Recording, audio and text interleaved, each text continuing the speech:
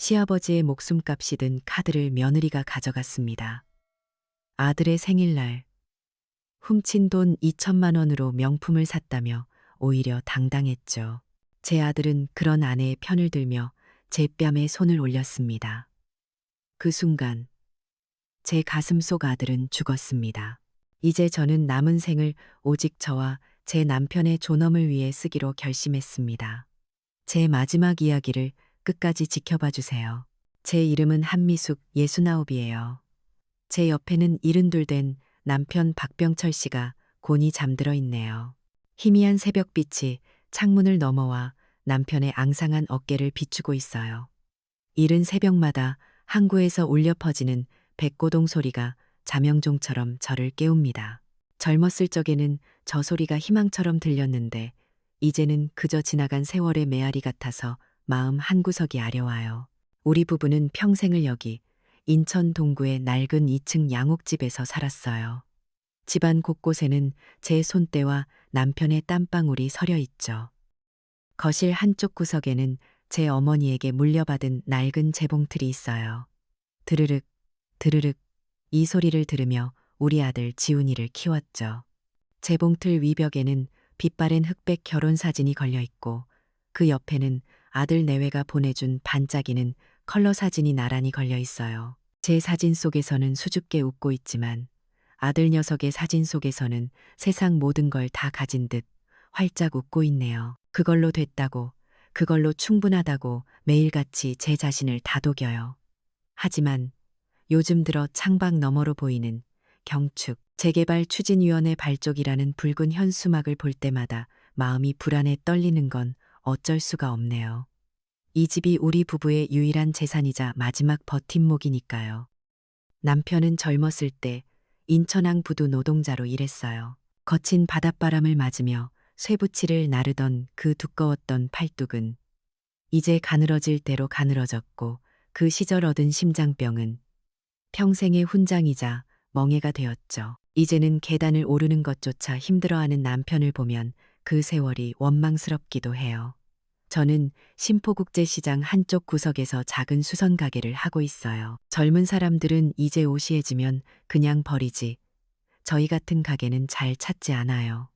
그래도 단골 할머니들이나 시장 상인들이 맡기는 일감 덕에 근근히 먹고 살아요. 연금 같은 건 꿈도 못 꾸죠. 우리 부부에게 남은 건 이 집 한 채와 수십 년간 쌈짓돈을 모아 만든 통장 하나가 전부예요. 아들 지훈이는 우리 부부의 자랑이자 유일한 희망이었어요. 넉넉지 못한 형편에도 악착같이 뒷바라지에서 서울에 있는 대학에 보냈고 지금은 번듯한 바이오 연구소에서 일하고 있죠. 어릴 적 지훈이는 참 착한 아들이었어요. 학교 다녀오면 힘들지 않냐며 제 어깨를 주물러 주던 아이. 첫 월급을 타서는 빨간 내복을 사와서 제 손에 쥐어주던 아이였죠. 그런데 서울에서 자리 잡고 갤러리 매니저라는 며느리 오세경을 만난 뒤부터 녀석은 조금씩 변하기 시작했어요. 이제 아들의 목소리는 전화기 너머에서나 들을 수 있는 귀한 것이 되었어요. 가끔 걸려오는 전화에서도 네, 어머니, 별일 없으시죠? 하는 목소리에는 온기 대신 의무감만이 남아 있었죠. 전화기 저편에서는 자기야, 누구셔? 하는 며느리의 날카로운 목소리가 들려올 때도 있었고요. 그럴 때마다 지훈이는 서둘러 전화를 끊곤 했어요. 며느리는 저희와 통화하는 것조차 탐탁지 않아 하는 것 같았어요. 추석이 며칠 앞으로 다가온 어느 날이었어요. 오랜만에 아들 내외가 손주를 데리고 집에 찾아왔어요. 저는 전날부터 시장에 가서 좋은 재료들만 골라 아들이 좋아하는 갈비찜이며 잡채를 잔뜩 만들어놨죠. 하지만 현관문을 열고 들어서는 며느리의 표정은 밝지 않았어요. 어머님, 이 동네는 언제 재개발된대요? 앉자마자 묻는 첫 마디가 그거였어요. 안부 인사가 아니라 이 집의 금전적 가치에 대한 질문이었죠. 저는 애써 웃으며 글쎄다, 말이 나온 지는 꽤 됐는데 하고 얼버무렸어요. 그러자 옆에 있던 지훈이가 아내의 눈치를 살피며 말하더군요. 서울 집값이 너무 비싸서요. 친구들은 결혼할 때 부모님이 다들 집이며 차며 도와주시는데 저희는 아직도 월세 내느라 허리가 휘어요. 녀석의 말이 가슴에 비수처럼 꽂혔어요. 부모로서 해준 게 없어 미안한 마음과 함께 그 말 뒤에 숨은 원망이 느껴져서 서글펐죠. 며느리는 제가 정성껏 차린 음식에는 거의 손도 대지 않았어요. 어머님, 이런 기름진 음식은 몸에 안 좋아요. 요즘 누가 이렇게 짜게 먹어요? 라며 가방에서 자기가 사온 샐러드 통을 꺼내더군요. 그 아이가 가난한 집에서 자라 악착같이 성공했다는 걸 알아요. 그래서 시댁이 생각보다 더 가난하다는 사실에 실망하고 분노했을지도 모른다는 생각도 들었죠. 하지만 그렇다고 해서 제가 밤새워 만든 음식을 그렇게 무시해야 했을까요? 손주 녀석이라도 먹일까 싶어 음식을 권하자 애들은 이런 촌스러운 음식 안 먹어요라며 아이를 자기 쪽으로 잡아당기는데 정말이지 서러워서 눈물이 핑 돌았어요. 어색한 식사가 끝나고 과일을 내오자 며느리가 마치 선심 쓰듯 말했어요. 어머님, 아버님은 스마트폰도 없으시니 은행 업무 보시기 힘드시죠? 요즘은 다 앱으로 하는데 저희가 나중에라도 도와드려야죠. 그 말에는 걱정보다는 무시의 뉘앙스가 섞여 있었어요. 마치 저희 부부를 시대에 뒤떨어진, 그래서 누군가의 도움이 꼭 필요한 무능한 늙은이로 취급하는 것 같았죠. 저는 아무 말도 하지 못했어요. 실제로 은행에 가서 공과금이라도 내려면 번호표를 뽑고 한참을 기다려야 했고, 젊은 직원 앞에서 작은 글씨가 안 보여 더듬거릴 때마다 주눅이 들었으니까요. 며느리의 그 말이 앞으로 닥쳐올 재앙의 서막이었다는 걸 그때 저는 꿈에도 몰랐어요. 아들 내외가 돌아가고 난 뒤 집안에는 무거운 침묵만이 남았어요. 설거지를 하며 애써 웃어 보이려는데 등 뒤에서 컥하는 남편의 거친 숨소리가 들렸어요. 돌아보니 남편이 가슴을 움켜쥔 채 식탁에 쓰러져 있었어요. 얼굴은 하얗게 질려 있었고 입술은 파랗게 변해 있었죠. 제 심장도 함께 쿵하고 바닥으로 떨어지는 것 같았어요. 그 순간 저는 깨달았어요. 아들 내외에게 느꼈던 서운함이나 자존심 같은 건 아무것도 아니라는 걸. 지금 제게 가장 중요한 것은 무슨 수를 써서라도 이 사람을 살려야 한다는 것 뿐이었어요. 당장 서울에 있는 큰 병원으로 가야 했어요. 우리 부부의 진짜 싸움은 이제부터 시작이었죠. 남편의 숨소리가 턱 밑까지 차오르는 걸 보며 저는 제 평생 그렇게 빨리 움직여 본 적이 없었던 것 같아요. 머릿속은 하얘지고 손은 벌벌 떨렸지만 이 사람을 잃을 수 없다는 생각 하나가 저를 일으켜 세웠죠. 자존심이고 뭐고 생각할 겨를이 없었어요. 방금 전까지만 해도 그렇게 밉던 아들 녀석에게 전화를 걸었어요.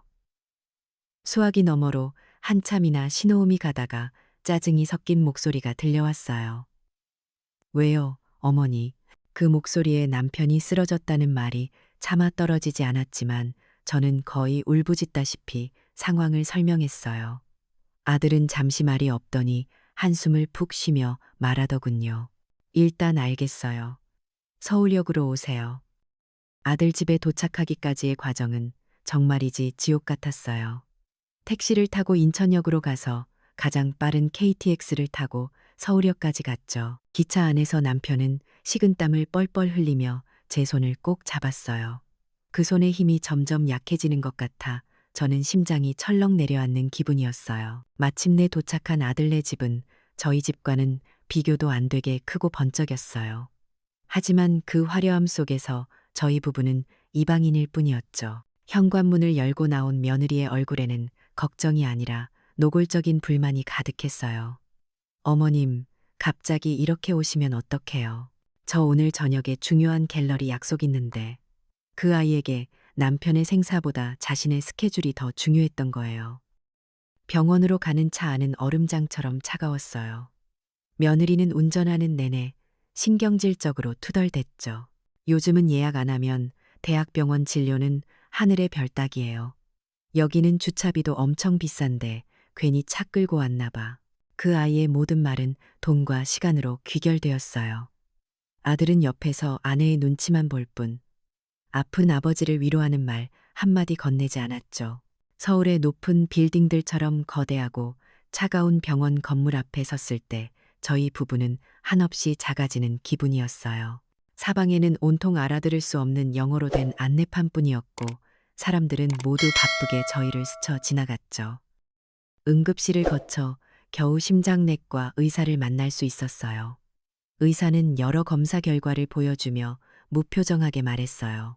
남편의 관상동맥이 심각하게 막혀서 당장 스텐트 시술이나 관상동맥 우회술 같은 큰 수술을 해야 한다는 거였어요.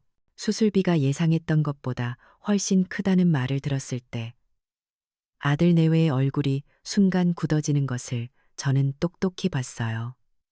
그들의 얼굴에는 아버지의 건강에 대한 걱정보다는 갑자기 닥친 경제적 부담에 대한 당혹감이 더 커 보였어요. 남편은 그 분위기를 읽었는지 힘겹게 입을 열었어요. 선생님, 설이라도 쇠고 수술하면 안 되겠소? 자식들한테 부담 주기 싫어서 평생을 자식 걱정만 하며 살아온 사람다운 말이었죠. 하지만 며느리는 그 말을 비웃기라도 하듯 차갑게 쏘아붙였어요. 아버님, 지금 수술 안 하시면 입원비는 더 나와요. 그건 생각 안 하세요? 생명이 오가는 순간에도 그 아이의 머릿속에는 오직 계산기만이 돌아가고 있었던 거예요. 남편의 생명을 효도와 도리의 문제로 생각하는 저희 부부와 그것을 철저히 비용과 효율의 문제로 환산하는 아이들 사이에 보이지 않는 깊은 강이 흐르고 있었죠. 수납을 해야 하는 시간이 왔어요. 병원 원무관은 온통 키오스크라는 기계들로 가득 차 있었어요. 저는 화면에 떠 있는 글씨들을 봐도 뭐가 뭔지 하나도 알 수가 없었죠. 제가 당황해서 어쩔 줄 몰라 하고 있을 때 며느리가 다가와 제 손에서 진료 카드를 채가득 가져갔어요. 어머님, 이리 주세요. 제가 할게요. 요즘은 다 기계로 해야 빨라요. 그 아이는 익숙하게 화면을 몇 번 누르더니 저를 돌아보며 말했어요. 어머님, 카드 주세요. 이걸로 해야 수납이 돼요. 저는 아무런 의심 없이 제 평생의 재산이 담긴 유일한 신용카드를 꺼내 건넸어요. 며느리는 비밀번호까지 물어본 뒤 기계에 카드를 넣고 몇 가지를 더 누르더군요. 그 아이의 얼굴에는 이런 것도 하나 제대로 못하는 늙은이들이라는 식의 묘한 우월감이 스쳐 지나갔어요. 그때 저는 몰랐어요. 제 손으로 제 생명줄을 그 아이의 손에 쥐어준 것이라는 걸요. 진료가 끝나자 아들 부부는 저희를 근처 고속버스 터미널에 내려주었어요. 어머니, 저희는 오늘 정말 바빠서 이만 가봐야겠어요. 표는 끊어놨으니 이것 타고 조심히 내려가세요. 차에서 내리는 저희 부부를 향한 그들의 목소리에는 일말의 미안함이나 걱정도 없었어요. 마치 귀찮은 짐을 내려놓는 듯한 후련함만이 느껴졌죠. 저는 정신이 없는 와중에 며느리에게서 신용카드를 돌려받는 것을 깜빡 잊고 말았어요. 버스에 오르고 나서야 그 사실을 깨달았지만 차는 이미 떠난 뒤였죠. 인천으로 돌아오는 버스 안, 제 마음은 천근만근 무거웠어요. 창밖으로 스쳐 지나가는 서울의 화려한 불빛들이 꼭 저를 비웃는 것 같았죠. 집에 도착하자마자 며느리에게 전화를 걸었어요. 하지만 받지 않더군요. 그 후로 며칠 동안 수십 번은 더 전화를 걸었던 것 같아요. 받지 않거나 받더라도 어머님, 저 지금 회의 중이에요. 라는 짧은 메시지만 돌아올 뿐이었어요. 아들에게 전화해도 세경이가 바쁜가 보죠. 나중에 제가 챙겨드릴게요. 라는 무심한 대답뿐이었죠. 시간이 흐를수록 불길한 예감이 제 심장을 옥죄어 왔어요. 그저 깜빡 잊은 것이 아닐지도 모른다는, 어쩌면 처음부터 모든 것이 계획된 것이었을지도 모른다는 끔찍한 생각이 꼬리에 꼬리를 물고 피어올랐어요. 그날 이후 저희 집의 시간은 멈춰버린 것 같았어요. 남편은 다행히 응급처치 후 고비는 넘겼지만 언제 다시 터질지 모르는 시한폭탄을 가슴에 품고 사는 신세가 되었죠. 의사는 수술 날짜를 더 이상 미루면 안 된다고 신신당부를 했어요. 하루하루 달력의 숫자가 넘어가는 것이 제 명을 재촉하는 것처럼 느껴졌어요. 밤이 되면 남편의 밭은 숨소리가 방 안을 가득 채웠고 저는 그 소리를 들으며 뜬 눈으로 밤을 새우기 일쑤였죠. 잠이 들어도 돈이 없어서 남편을 수술대에 눕히지 못하는 악몽에 시달리다 깨어나곤 했어요. 가장 저를 괴롭힌 것은 돈이 없다는 공포 그 자체보다 그 돈의 행방을 쥔 며느리와의 단절이었어요. 저는 하루에도 수십 번씩 며느리에게 전화를 걸었어요. 하지만 수화기 너머에서는 차가운 기계음만이 반복될 뿐이었죠. 혹시나 하는 마음에 아들에게도 전화를 해봤지만 어머니, 세경이 요즘 바빠요. 제가 잘 말해둘게요. 하는 영혼 없는 대답만 돌아왔어요. 그 아이들은 마치 약속이라도 한 듯 저를 투명인간 취급하고 있었어요. 제 애원은 그들에게 닿지 않는 메아리일 뿐이었죠. 그러던 어느 날 오후 기적처럼 며느리에게서 전화가 걸려왔어요. 저는 심장이 덜컥 내려앉는 기분으로 전화를 받았죠.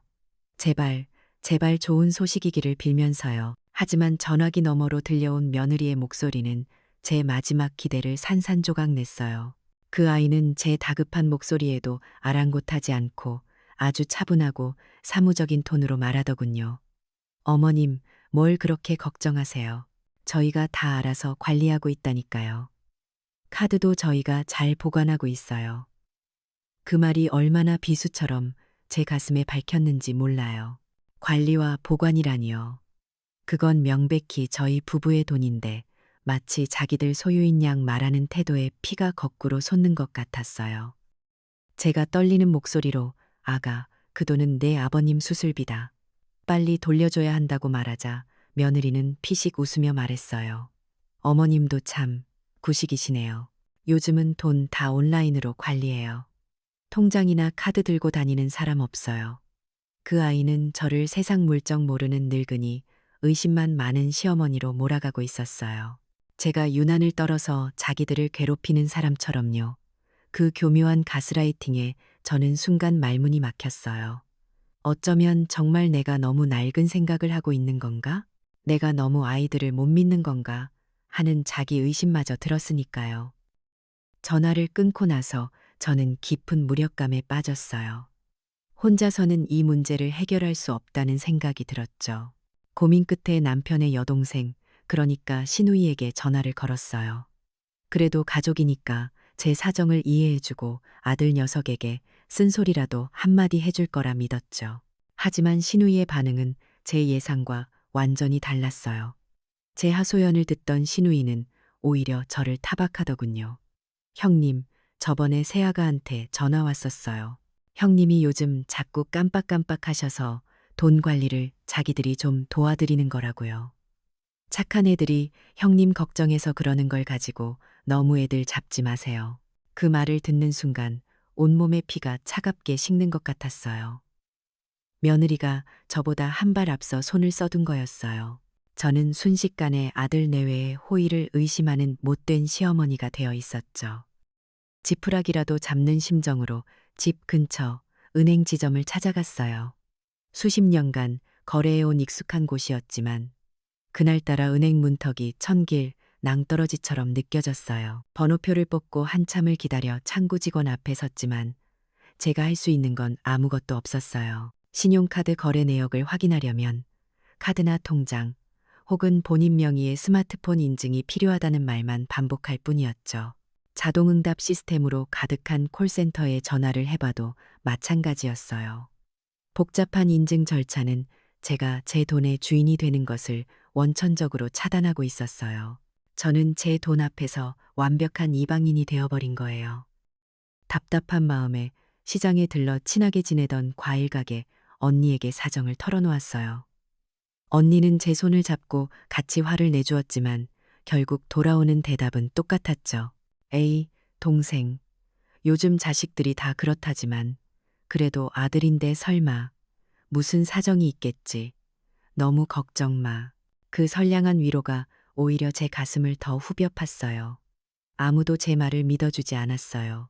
모두가 아들이라는 이름이 가진 최소한의 도리를 믿고 있었지만 저는 그 믿음이 무너지는 것을 온몸으로 느끼고 있었거든요. 저는 완벽하게 고립되었어요. 그렇게 절망의 나날을 보내던 중 문득 벽에 걸린 달력을 보게 되었어요. 며칠 뒤가 아들 지훈이의 생일이었죠. 그 빨갛게 동그라미 쳐진 숫자를 보는 순간 제 머릿속에 한 줄기 빛이 스치는 것 같았어요. 그래, 생일날 다 같이 얼굴을 보면 분명 모든 게 해결될 거야. 이건 분명 오해야. 내 아들이 엄마 뱃속에서 나온 내 자식이 어떻게 애비 목숨값을 가지고 장난을 치겠어. 저는 스스로를 그렇게 세뇌했어요. 그것만이 제가 기댈 수 있는 유일한 희망의 동아줄이었으니까요. 그날부터 저는 모든 불안과 의심을 억지로 눌러 담았어요. 며느리에게 더 이상 전화하지 않았어요. 제 침묵과 인내가 그 아이들에게는 범행을 마무리할 완벽한 기회가 되어주고 있다는 사실을 까맣게 모른 채 저는 오직 아들의 생일만을 손꼽아 기다렸어요. 남편의 수술비를 훔쳐 간 며느리와 그걸 방관하는 아들을 위해 저는 제 주머니에 남은 마지막 쌈짓돈을 털어 생일상을 준비하기로 결심했어요. 그 어리석은 희망에 기대어 저는 제 발로 마지막 파멸의 무대로 걸어가고 있었던 거예요. 아들 지훈이의 생일날 아침이 밝았어요. 밤새 뒤척이다 뜬 눈으로 맞이한 새벽이었지만 이상하게도 몸은 가벼웠어요. 마지막 희망이라는 것이 사람을 얼마나 초인적으로 만드는지 그때 처음 알았죠. 저는 서랍 깊숙이 넣어두었던 비상금을 꺼내들었어요. 남편 몰래 조금씩 모아두었던 정말 만약을 위한 돈이었죠. 그 만약이 아들의 생일상을 차리는데 쓰일 줄은 꿈에도 몰랐지만요. 시장은 이른 아침부터 활기가 넘쳤어요.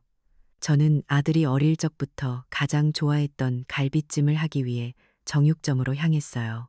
가장 좋은 갈비를 달라고 말하며 지갑을 여는데 문득 서러움이 북받쳐 올랐어요. 이 돈은 남편의 약값으로 쓰여야 할 돈인데 남편의 목숨값을 훔쳐간 아들을 위해 쓰고 있다는 사실이 기가 막혔죠. 하지만 저는 고개를 저었어요. 아니야, 이건 마지막 투자야. 이 음식으로 아들의 마음을 돌릴 수만 있다면, 잃어버린 내 아들을 되찾을 수만 있다면, 이건 결코 낭비가 아닐 거야. 그렇게 스스로를 다독이며 잡채거리와 나물들을 샀어요. 집으로 돌아와 음식을 만들기 시작했어요. 핏물을 뺀 갈비를 정성껏 양념에 재우고 오색 빛깔의 잡채 재료들을 하나하나 볶았어요. 부엌에 맛있는 냄새가 퍼지자 문득 수십 년 전의 기억이 떠올랐어요. 지훈이가 10살 되던 생일날이었죠. 그때도 지금처럼 형편이 넉넉지 않았지만 저는 빚을 내서라도 아들 생일상만큼은 푸짐하게 차려주었어요. 갈비찜을 앞에 놓고 세상을 다 가진 듯 행복해하던 아들의 얼굴이 눈앞에 선했죠. 어려운 시절 남편과 단둘이 악착같이 일하며 자식을 키워냈던 제 젊은 날의 모습도 스쳐 지나갔어요. 그래, 나 한미숙은 그렇게 약한 사람이 아니었어. 평생을 꿋꿋하게 버텨온 사람이었지. 그 기억이 제 안에 잠자고 있던 어떤 강인함을 일깨우는 것 같았어요. 솜씨는 없지만 작은 케이크도 하나 구웠어요. 삐뚤빼뚤하고 모양도 엉성했지만 제 진심이 담긴 케이크였죠. 모든 준비를 마치고 나니 오후가 훌쩍 지나 있었어요. 아들 내외는 저녁에 온다고 했어요. 저는 남편과 함께 상을 차려놓고 초조하게 그들을 기다렸죠. 하지만 약속한 저녁 시간이 지나도 아이들은 오지 않았어요. 음식은 차갑게 식어갔고 제 마음도 함께 식어갔어요. 밤이 깊어서야 현관문이 열렸어요. 하지만 기대와 달리 아들 내외의 얼굴에는 미안한 기색이 전혀 없었죠. 문을 열자마자 며느리는 코를 막으며 소리쳤어요. 어머님, 이 집은 환기도 안 시키세요? 곰팡이 냄새 때문에 숨을 못 쉬겠네. 그리곤 제가 정성껏 차린 밥상은 쳐다보지도 않은 채 자기가 사온 샐러드 통을 식탁 위에 툭 내려놓았어요. 제가 손주라도 한번 안아볼까 싶어 팔을 뻗자 어머님, 몸에서 기름 냄새 나요. 애한테 냄새 배요. 라며 아이를 자기 뒤로 숨기더군요. 바로 그때였어요. 마침 저희 집 김치가 다 떨어졌을까봐 걱정되어 갓 담근 김치를 들고 온 옆집 순이 엄마가 그 광경을 보고 만 거예요. 순이 엄마는 아무 말 없이 김치통만 제게 건네주고는 걱정이 가득한 눈빛으로 저를 한번 쳐다보고 돌아섰어요. 그 짧은 순간의 눈빛 교환이 제게는 큰 위로가 되었어요. 그래, 나를 이해해주는 사람이 단 한 명이라도 있구나. 어색한 침묵 속에서 식사가 시작되었어요. 물론 식사라고 할 것도 없었죠. 아들 내외는 자기들이 사온 샐러드만 깨작거렸고 저와 남편은 목이 메어 음식을 넘길 수가 없었어요. 저는 큰 용기를 내어 입을 열었어요. 아가, 다름이 아니라 저번에 병원에서 줬던 신용카드 말이다. 제 말이 끝나기도 전에 며느리는 정색을 하며 말했어요. 어머님, 또 그 얘기세요? 제가 그때 분명히 드렸잖아요. 어머님이 어디다 두시고는 자꾸 저한테 그러시면 곤란해요. 너무도 태연한 거짓말에 저는 순간 할 말을 잃었어요. 하늘이 무너지는 기분이었죠. 저는 혹시나 하는 마음에 주머니를 뒤지고 방안을 두리번거렸어요. 물론 카드는 없었죠. 바로 그 순간이었어요. 제 절망을 비웃기라도 하듯 며느리가 무심코 스마트폰을 꺼내 화면을 들여다봤어요. 저는 그 짧은 찰나를 놓치지 않았어요. 그 아이의 스마트폰 화면에는 선명한 알림 메시지 하나가 떠 있었거든요. 오후백화점 XXXX 카드로 명품 가방 380만 원 결제 완료. 세상의 모든 소리가 사라지고 그 글자들만이 제 망막에 새겨지는 것 같았어요. 모든 퍼즐 조각이 맞춰졌어요. 연락을 피하던 이유, 뻔뻔한 거짓말, 저를 몰아가던 교묘한 말들까지 모든 것이 의도된 계획이었던 거예요. 온몸에 피가 차갑게 식는 것 같았지만 이상하게도 눈물은 나지 않았어요. 대신 제 안에서 무언가 단단한 것이 솟아오르는 것을 느꼈죠.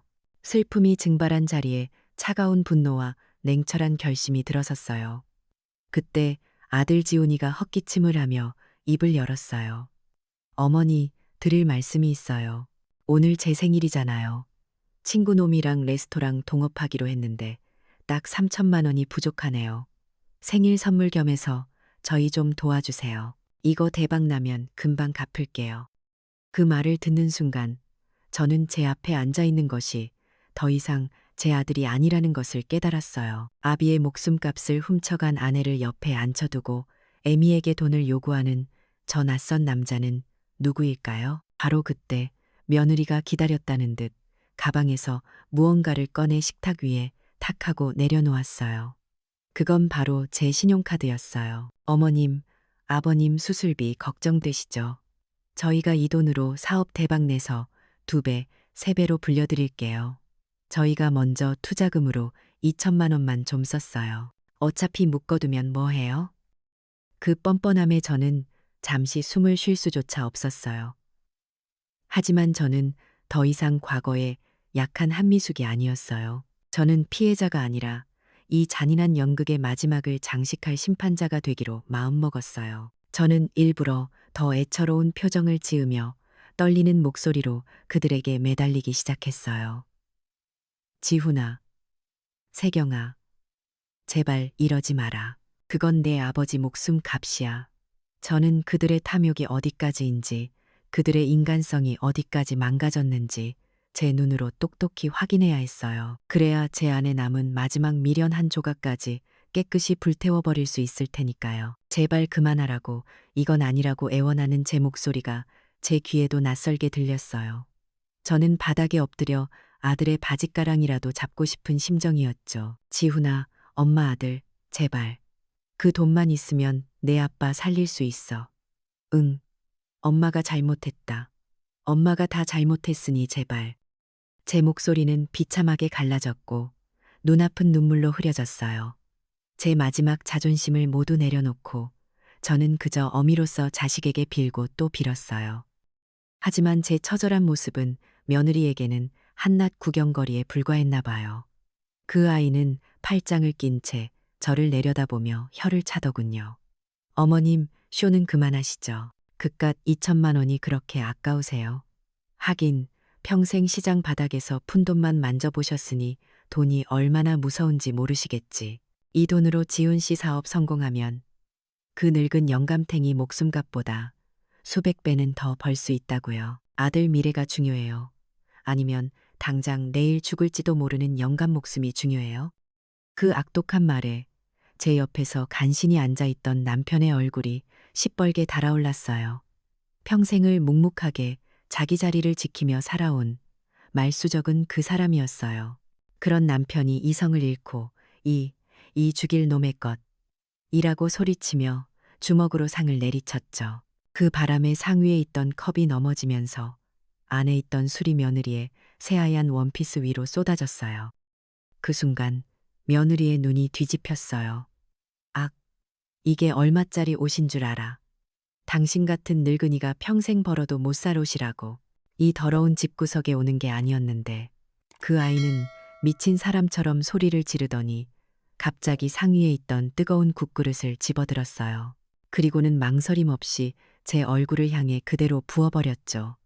차라리 죽어. 당신이 죽어야 우리 지훈 씨가 편하게 산다고.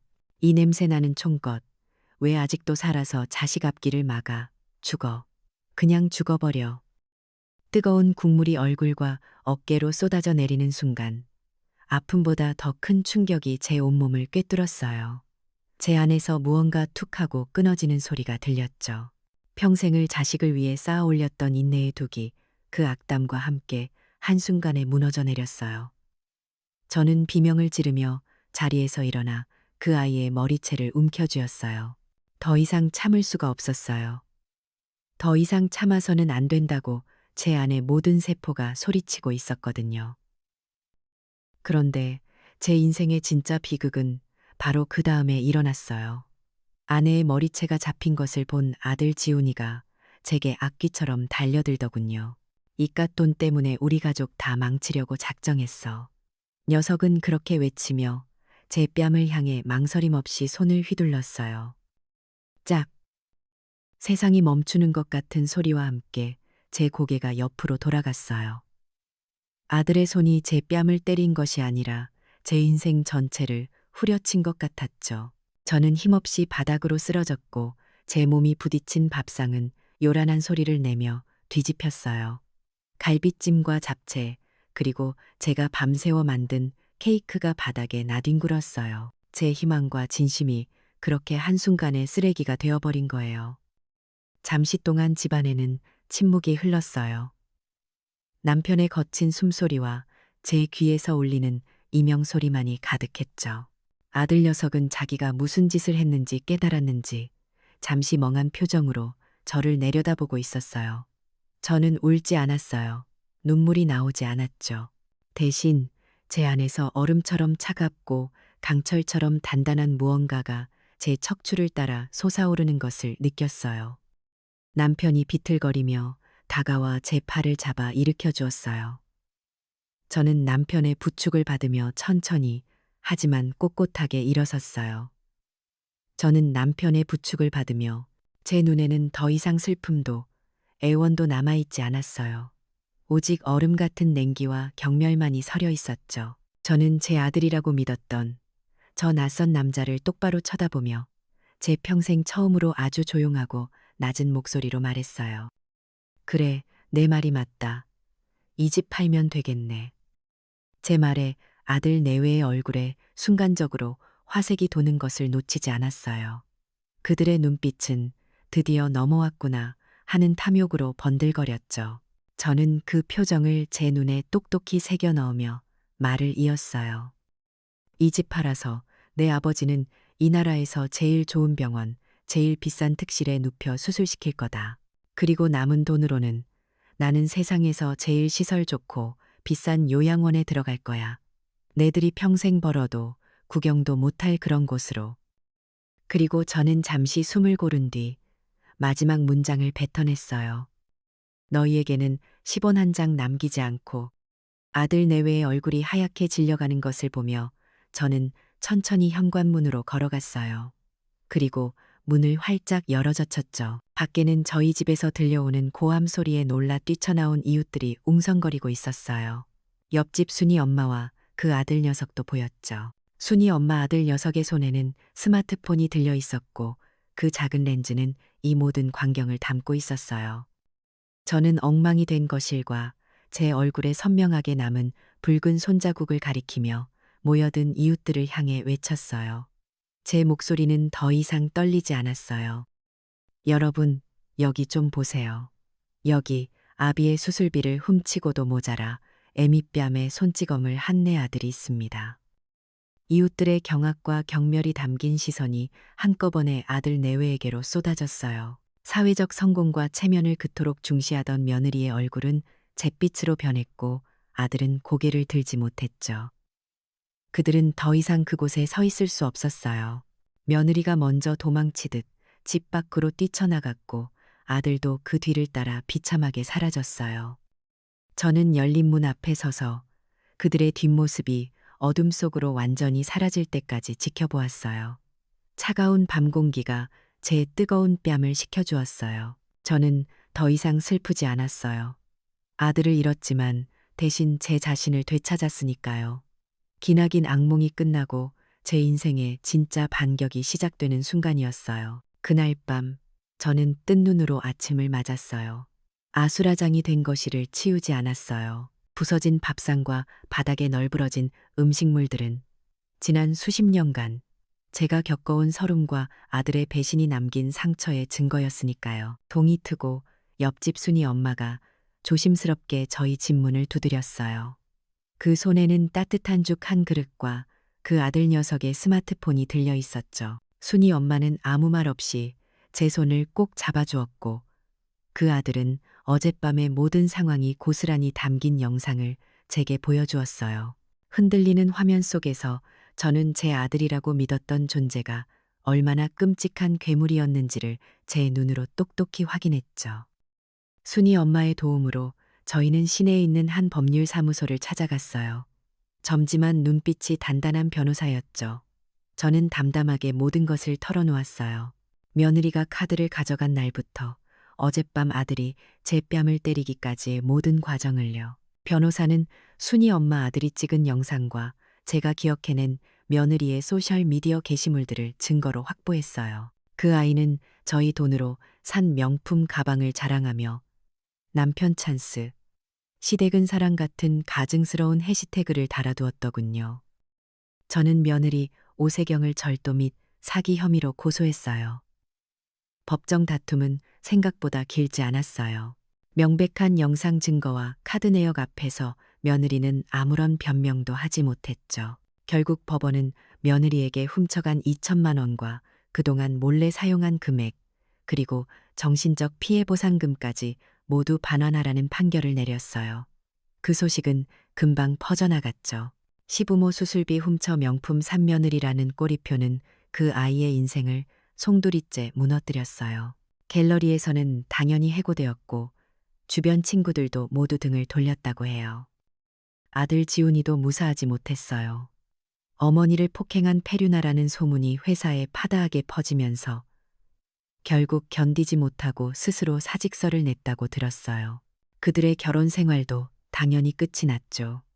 서로를 탓하며 매일같이 싸우다가 결국 이혼 서류에 도장을 찍었다고 해요. 그들이 파멸해가는 과정을 들으면서도 제 마음은 이상할 정도로 평온했어요. 통쾌함보다는 그저 모든 것이 제자리로 돌아가고 있다는 안도감이 더 컸죠. 뿌린 대로 거두는 법이니까요. 법적 절차가 마무리된 후 저는 제 인생의 또 다른 중요한 결심을 실행에 옮겼어요. 평생을 살아온 인천의 낡은 집을 부동산에 내놓은 거예요. 마침 저희 동네가 재개발 구역으로 지정되면서 낡은 집은 제가 상상했던 것보다 훨씬 큰 돈이 되어 돌아왔어요. 제 평생의 눈물과 땀이 맺힌 그 집이 마지막 순간에는 제게 가장 큰 선물을 안겨준 셈이죠. 저는 그 돈의 절반을 떼어 홀로 사는 노인들을 돕는 복지재단에 한미숙, 박병철의 이름으로 기부했어요. 이 소식이 작은 지역 신문에 실렸고 얼마 뒤 한 노인복지관에서 강연을 해달라는 부탁을 받았어요. 수많은 어르신들 앞에서 제 이야기를 담담하게 풀어놓았죠. 제 이야기가 끝나자 우레와 같은 박수가 터져 나왔어요. 몇몇 할머니들은 제 손을 붙잡고 함께 울어주기도 했어요. 그 순간 저는 제 개인의 아픔이 더 이상 저 혼자만의 것이 아님을 깨달았어요. 제 작은 용기가 누군가에게는 큰 위로와 희망이 될 수 있었던 거죠. 그리고 저희 부부는 남은 돈을 가지고 제주도로 떠났어요. 인천공항에서 비행기에 오르던 날 저는 처음으로 제 고향 인천을 원망 없이 바라볼 수 있었어요. 애월의 바다가 한눈에 들어오는 작은 집을 샀어요. 남편은 서울의 가장 좋은 병원에서 성공적으로 수술을 받고 건강을 되찾았죠. 저희는 함께 텃밭에 상추와 토마토를 심고 아침마다 해안가를 산책했어요. 평생 처음으로 저희는 온전히 저희 두 사람만을 위한 시간을 보냈어요. 남편은 예전보다 말이 많아졌고 웃음도 늘었어요. 어느 날 남편이 제게 물었어요. 아들 녀석, 보고 싶지 않소? 저는 조용히 고개를 저었어요. 저는 자식을 잃은 게 아니에요, 여보. 평생 나를 짓누르던 무거운 짐을 내려놓은 거예요. 이제야 진짜 우리 인생을 사는 것 같아서 나는 지금이 참 좋아요. 시간이 흘러 모든 것이 잊혀갈 무렵이었어요. 어느 날 오후 정원에서 남편과 함께 차를 마시고 있는데 현관 인터폰이 울렸어요. 화면에는 낯선 남자가 서 있었죠. 초점 없는 눈동자, 덥수룩한 수염, 남루한 행색. 자세히 보니 제 아들 지훈이었어요. 녀석은 대문 밖에서 무릎을 꿇고 있었어요. 화면 너머로 흐느끼는 소리가 들려오는 것 같았죠. 저는 잠시 화면을 바라보다가 조용히 인터폰의 전원 버튼을 눌렀어요. 화면이 까맣게 변했죠. 누구요? 하고 묻는 남편에게 저는 희미하게 미소 지으며 대답했어요. 아니에요, 여보. 그냥 잡상인인가 봐요. 저는 자리에서 일어나 남편의 찻잔에 따뜻한 차를 더 채워주었어요. 제 마음은 잔잔한 제주 바다처럼 평온했어요. 후회도 미련도 없었어요. 제 눈앞에는 사랑하는 남편과 저희 두 사람의 힘으로 일군 평화로운 정원만이 펼쳐져 있었으니까요. 그날 제 아들은 제 마음속에서 두 번째로 그리고 영원히 죽었어요. 이 이야기는 우리에게 보여줘요. 가족이란 피로만 이어지는 게 아니라 서로에 대한 깊은 존중이 있어야 비로소 완성된다는 것을요. 그 존중이 무너졌을 때 관계는 이름만 남을 뿐이죠. 결국 자신의 존엄성을 지키는 것이 때로는 가장 큰 승리이자 가장 현명한 선택일지도 몰라요.